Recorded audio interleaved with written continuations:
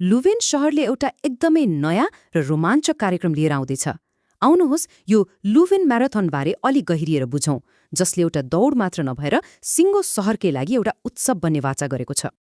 दौडन मन पराउनेहरू सधैँ एउटा नयाँ चुनौती र अविस्मरणीय अनुभवको खोजीमा हुन्छन्, होइन त?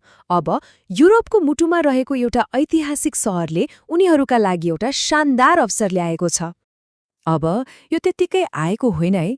2025मा भएको युरोपियन रनिङ च्याम्पियनसिप एकदमै सफल भयो र त्यही सफलताको जगमा उभिएर लुभेनले अब एउटा नयाँ वार्षिक परम्परा नै सुरु गर्दैछ।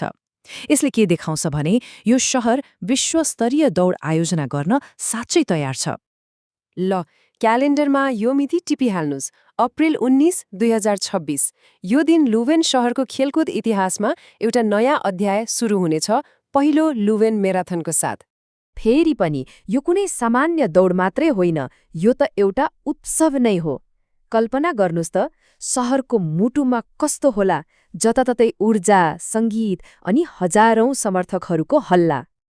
यो महोत्सवको सबैभन्दा राम्रो पक्ष भनेको यसले सबैलाई समेट्छ। त्यसो भए यहाँ के विकल्पहरू छन् त? आउनुहोस् हेरौँ। तपाईँ चाहे वर्षौंदेखि म्याराथन दौडिरहनु भएको अनुभवी धावक होस् वा पहिलोपटक दौड्ने सोचमा भएको व्यक्ति, यहाँ सबैका लागि केही न केही छ। पूरा म्याराथन, हाफ म्याराथन अनि 10 किलोमिटरको दौड, सबैलाई स्वागत छ। अब कुरा गरौँ धावकहरूको। आयोजकहरूले दौडको तयारीलाई पनि एउटा अविस्मरणीय अनुभव बनाउने योजना बनाएका छन्। यहाँ तयारी गर्नु भनेको खाली दौडिनु मात्र होइन, यो त आफैमा एउटा यात्रा हो। यो शहरलाई चिन्ने र सङ्गीतसँगै आफूलाई ऊर्जा दिने एउटा गजबको अवसर पनि हो। सोच्नुस् त, लुभेनको हरियाली, ऐतिहासिक सम्पदा अनि जीवन्त सडक कलाको बीचबाट दौडिँदा कस्तो होला। यी 6वटा विशेष रूटहरू तालिमका लागि मात्रै होइनन्, बरु शहरलाई एउटा बिल्कुलै नयाँ नजरले हेर्ने मौका पनि हुन्। र कुरा यतिमै सकिँदैन। प्रशिक्षणलाई अझै रमाइलो बनाउन चर्चित डीजे जिमी डेभिडले बनाएको एउटा विशेष इलेक्ट्रोनिक साउन्डट्र्याकको धुनमा 10 किलोमिटर दौड्ने मौका पनि छ। यो सङ्गीतले त पक्कै पनि थप ऊर्जा दिन्छ। अनि हो, यो दिन धावकहरूको लागि मात्रै होइन है, जो कोही हौसला दिन आउनुहुन्छ उहाँहरूका लागि पनि यो एक उत्सव नै हो। सबैभन्दा ठूलो प्रश्न, धावकहरूलाई हौसला दिन कहाँ बस्ने त? आयोजकहरूले यसको लागि पनि राम्रो व्यवस्था गरेका छन्। यहाँ 2वटा राम्रा विकल्पहरू छन्। कि त दौडको बाटोमै बसेर धावकहरूको त्यो जोस र मेहनतलाई नजिकबाट हेर्नुहोस्, कि त शहरको बीचमा ठूलो स्क्रिनमा हेर्दै उत्सवको माहौलमा रमाउनुहोस्।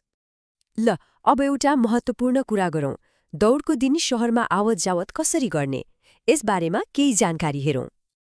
एउटा कुरा याद राख्नुहोला, अप्रिल 19मा दौडलाई सुरक्षित र सफल बनाउनका लागि केही ट्राफिक र पार्किङ नियमहरूमा परिवर्तन हुनेछन्।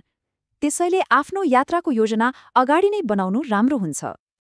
अब हेर्नुहोस्, दौडको बाटोमा पर्ने सडकहरू त बन्द हुने नै भए, केही ठाउँमा पार्किङ गर्न पनि पाइँदैन। तर सबैभन्दा महत्त्वपूर्ण कुरा के हो भने मेडिकल जस्ता अत्यावश्यक सेवाहरूमा भने कुनै पनि बेला पहुँच हुनेछ। अझै धेरै जानकारी चाहिएको छ? चिन्ता नलिनुस्, त्यसको पनि उपाय छ।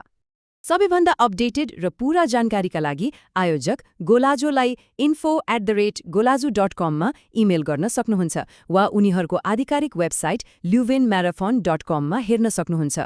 त्यसो भए अन्तमा भन्नुपर्दा लुभेन म्याराथन भनेको एउटा दौड मात्रै होइन, यो त खेलकुद र उत्सवको एउटा नयाँ वार्षिक पर्व हो, जसले खेलाडीहरू र पुरै समुदायलाई शहरको मुटुमा एकै ठाउँमा ल्याउँछ।